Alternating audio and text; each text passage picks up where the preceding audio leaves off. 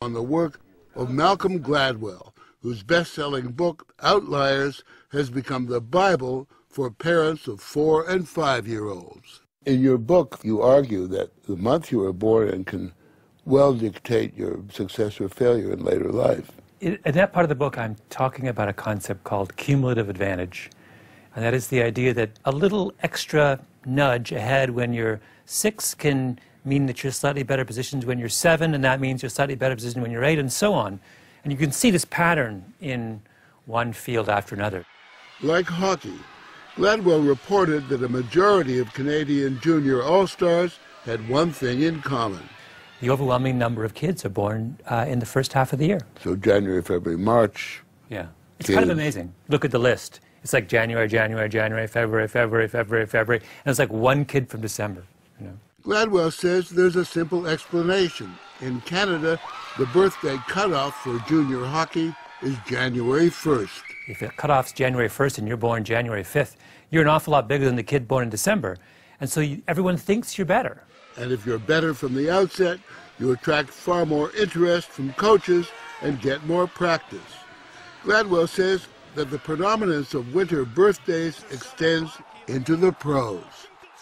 You think that at some point these early advantages would dissipate. They don't. They snowball. Okay, that's the sport. But how about in academics? Yeah.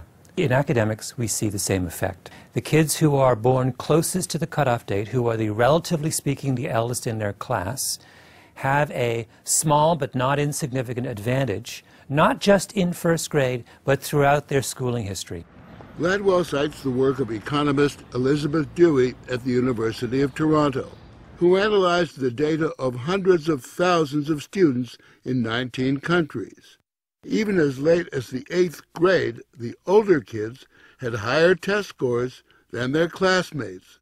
She believes that's because the older kids got more attention from the start. They're just older, but they look more able, so they get in the higher reading group in kindergarten, so they learn how to read a little better. And then in first grade, they know how to read a little better, so they're put in the higher reading group again.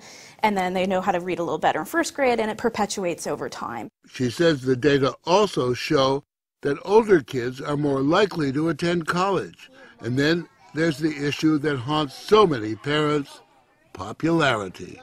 I have a study looking at leadership effects, and I find that if you're relatively old in kindergarten, and that you're more likely to be a high school leader, a sports team captain, a club president. And so I think a lot of this works in this confidence-boosting leadership kind of capacity. When you've completed this, dare I say, rather arcane university study, did you think it would get the kind of attention it got? No, not at all. Not at all. But if you had a 5-year-old, would you hold him back?